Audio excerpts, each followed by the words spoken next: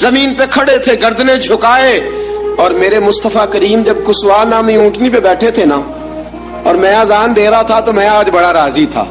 میں کہہ رہا تھا یا اللہ کیا بات ہے، آج تو نے میرے حبیب کو کتنی عزتوں سے نوازا ہے. ایک کے کام کاج کرنا. اور میں پہلے بھی حدیث سنا چکا، حضرت بلال حبشی خود بخود لوگوں سے قرضہ لے لیتے تھے، حضور کو تکلیف ہی نہیں. بخاری مسلم بتاتی ہے خود بخود قرضے لے لیتے تھے، خود بخود نبی پاک کو تکلیف ہی نہیں دیتے تھے. کام کاج ہے، مہمان آ جا رہے ہیں، ان کی خدمت کر دی ہے. بلال نے خود ہی قرضہ اٹھا لیا، قرضہ اٹھا کے خود بخود حضرت بلال سودا لے آئے. سودا لا کے جناب بلال نے پکا دیا. ایک دن ایسا بھی آیا، بخاری شریف کے لفظ ہیں کہ جن کے قرضے دینے تھے وہ کہنے لگے بلال سویرے قرضہ دو ورنہ تجھے لے جائیں گے، بکریاں چرانی پڑیں گے. حضرت بلال حبشی رضی اللہ تعالیٰ عنہ نے حضور کی خدمت میں عرض کی، کہا اگر کوئی بندوبست ہو گیا تو ٹھیک ہے، ورنہ میں تو سویرے بھاگ جاؤں گا، میں شام چلا جاؤں گا، پیسے آ گئے تو مجھے پیغام بھیجنا، آ جاؤں گا. سویرے فجر سے پہلے حضور نے پیغام بھیج دیا. فرمایا بلال تیری مدد کے لیے اللہ نے 3 اونٹنیاں سامان کی بھیج دی ہیں. حضرت بلال حبشی رضی اللہ تعالیٰ عنہ نے سارا گھر کا کام کاج خود سے سنبھال لیا تھا. ایک دن غائب ہو گئے حضرت بلال اذان دے کے، فجر کی اذان دے کے. ایک دن فجر کی اذان دے کے غائب نہیں ہونا چاہیے، کیا خیال ہے آپ کا؟ مؤذن کو اذان دے کے غائب اسے مسجد میں پھر رہنا چاہیے. حضرت بلال حبشی رضی اللہ تعالیٰ عنہ اذان پڑھی، غائب ہو گئے. صحابہ ڈھونڈ رہے ہیں بلال کدھر ہے، اقامت پڑھے. حضور نے فرمایا ٹھہر جاؤ، بلال آئے گا تو اقامت پڑھے گا. بلال آئے گا تو جلدی نہ کیا کرو مسجد میں، اگر 2-4 منٹ کبھی دیر ہو جائے نا نماز میں تو جلدی کوئی بات نہیں، اللہ کے گھر ہی آئے ہو نا، جلدی نہ مچایا کرو، اللہ کا گھر ہے، رحمت والی جگہ ہے. حضور نے فرمایا بلال آئے گا تو اذان پڑھے گا. اب سب صحابہ خاموش ہیں کہ بلال جاتا نہیں، کام بھی اس کا کوئی ایسا نہیں. حضرت بلال دوڑے آئے، جلدی جلدی دوڑے آئے. رسول پاک صلی اللہ علیہ وسلم نے سوال ہی نہیں کیا کہ بلال تو کدھر سے آیا ہے، فرمایا آ گئے ہو؟ حضور آ گیا ہوں. پڑھو اقامت، پڑھو اقامت. پڑھی، جماعت ہو گئی. اب صحابہ کرام علی مریدوان حیران ہے کہ حضور نے پوچھا ہی نہیں اور بلال آیا بھی دیر سے. حضرت جناب سیدنا صدیق اکبر، جناب مقداد، جناب سلمان فارسی، چند صحابہ نا حضرت بلال کو لے کے، کون ہے بلال تو کدھر تھا؟ راز کی کوئی بات ہے جو بتاتا نہیں، کدھر تھا؟ حضرت بلال رضی اللہ تعالیٰ عنہ کی آنکھوں میں آنسو آ گئے، رو پڑے. کہ بلال کوئی گہری بات ہے، بتا معاملہ کیا ہے، روتا کیوں ہے؟ حضرت بلال حبشی رضی اللہ تعالیٰ عنہ فرمانے لگے جب حضرت خدیجہ الکبریٰ گھر میں چکی پیستی تھی، تھک جاتی تھی نا تو میں مدد کرایا کرتا تھا. کتنے دن بیت گئے، جب فجر کی اذان دینے کے لیے گزرتا ہوں تو حضرت فاطمہ الزہرا کے بچے روتے ہوتے ہیں. فرمایا میں نے حضرت فاطمہ کو گود میں کھلایا ہے، مجھے اپنے محبوب کی شہزادی سے بڑا پیار ہے. کئی دنوں سے حضور کی خدمت میں عرض کر رہا تھا یا رسول اللہ کو مہربانی فرمائیں. حضور نے رات پیغام بھیجا ہے سیدہ فاطمہ کو کہ بلال جب آئے تو پردہ کر کے اندر چلی جایا کر. حضرت بلال فرماتے ہیں اذان دے کے گیا تھا حضرت فاطمہ کے گھر، میں نے کہا محبوب کی بیٹی ذرا پردہ کر لے، تو بچوں کو دودھ پلا، میں تیری چکی پیس دیتا ہوں. حضرت بلال حبشی کی آنکھوں میں آنسو رو رو کے بتلاتے ہیں. فرمایا سیدہ طیبہ طاہرہ حضرت فاطمہ الزہرا، میرے حبیب نے پتہ کیا فرمایا؟ فرمایا جس نے فاطمہ کو راضی کیا اس نے تو مجھے راضی کیا ہے. حضرت سیدنا بلال حبشی فرماتے میں نے چکی پیسی اور میں تمہیں کیا بتاؤں، میرے محبوب کی بیٹی نے مجھے بڑی ہی دعائیں دی ہیں، انہوں نے مجھ پر بڑا ہی اظہار محبت فرمایا ہے. فرمایا میں آذان سے لے کر جماعت تک لوگ تسبیحاں رولتے ہیں، لوگ قرآن کی آیات کی تلاوت کرتے ہیں، آذان سے لے کر جماعت تک لوگ مختلف قسم کے اذکار میں مشغول ہوتے ہیں. فرمایا میرا ذکر سنو، میری تلاوت سنو، میرا وظیفہ سنو. میں آذان سے لے کر جماعت تک محمد عربی کی بیٹی کی خدمت کرنے چلا جاتا ہوں. رسول پاک صلی اللہ علیہ وسلم کی شہزادی کی چکی پیس کے آیا. حضرت بلال نے اس انداز میں، بدر کی جنگ لگ گئی، بدر کا مارکا، حضرت بلال کے ہاتھ میں تلوار ہے، کہا میں لڑوں گا، پورا جہاد کروں گا. امیہ بن خلف جو بڑا مارا کرتا تھا نا وہ دوڑ رہا تھا اپنے بیٹے کو لے کے، آگے کچھ صحابہ کھڑے تھے، وہ قریب سے گزرنے لگا. حضرت بلال نے فرمایا ذرا پکڑنا امیہ کو، یہ مجھے مارا کرتا تھا، ذرا پکڑنا، نہ جانے نہ دینا. امیہ کو صحابہ نے روکا، حضرت عبدالرحمان ابن عوف نے پکڑ کے ایک زور سے گھونسا مارا, ادھر جا کے گرا. حضرت بلال تلوار لے کے کھڑے ہیں امیہ کے سر پہ. کہا امیہ میں تجھے نہیں کہا کرتا تھا اللہ میرے مصطفیٰ کو بڑی عزتیں عطا فرمائے گا؟ میں تجھے نہیں کہا کرتا تھا کہ خدا ہمیں غلبہ دے گا؟ هو الذی ارسل رسولہ بالہدی ودین الحق لیظہرہ علی الدین کلہ. میں نہ کہا کرتا تھا کہ اللہ اس دین کو ہر دین پہ غلبہ دے گا, اور میں دیکھ اللہ نے ہمیں عزت دے دی, دیکھ تو ذلیل کر دیا گیا. حضرت بلال نے مارا, گردن اڑا دی. حضرت ابوبکر صدیق پیچھے دیکھ رہے تھے, دوڑے ہوئے آئے, کہا بلال مبارک ہو, بلال مبارک ہو, آج تو تیرے سارے بدلے پورے ہو گئے. حضرت بلال نے سجدہ شکر ادا کیا. میرے دوستو, بڑی باتیں ہیں جناب بلال کی کرنے والی. یہ وقت ساتھ نہیں نہ دیتا کسی کا, یہ رک جاتا ہے, یہ کہتا ہے کہ بس اب رک جاؤ, وقت ہو گیا آگے گزرنے کا. حضرت بلال حبشی رضی اللہ تعالیٰ عنہ, رسول پاک کا وصال ہوا نا, حضرت بلال نے منہ سے لفظ ہی کوئی نہیں ادا کیا.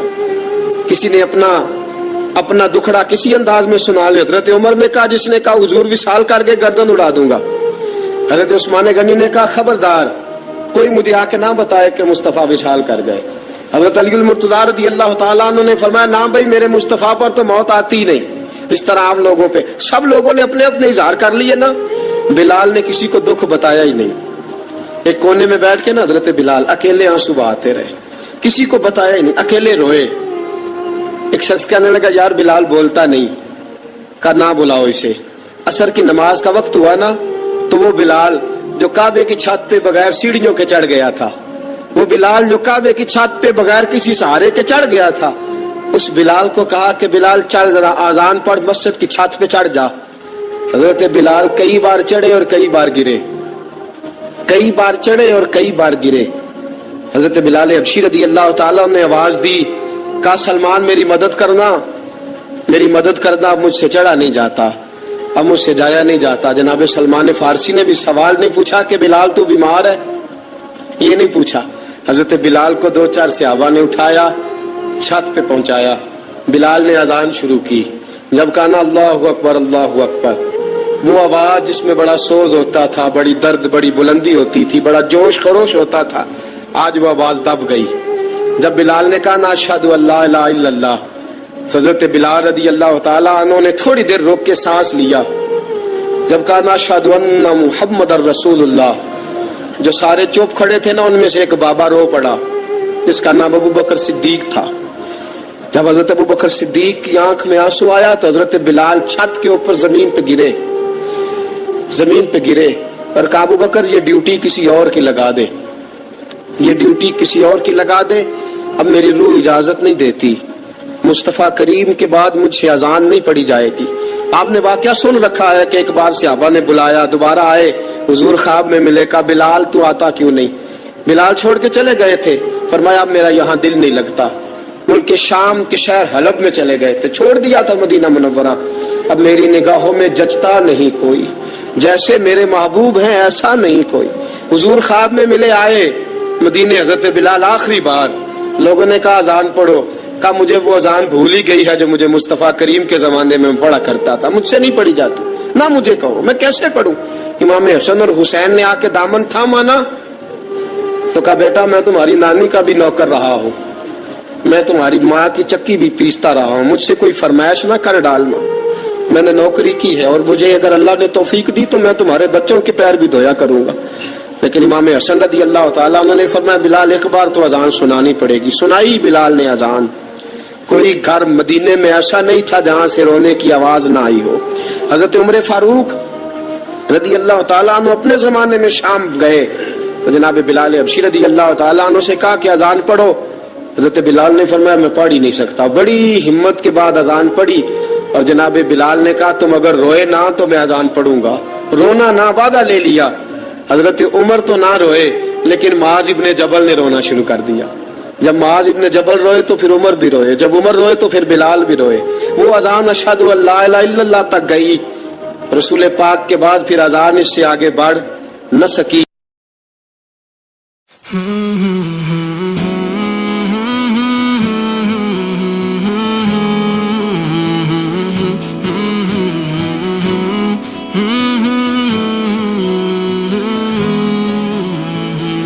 مولاي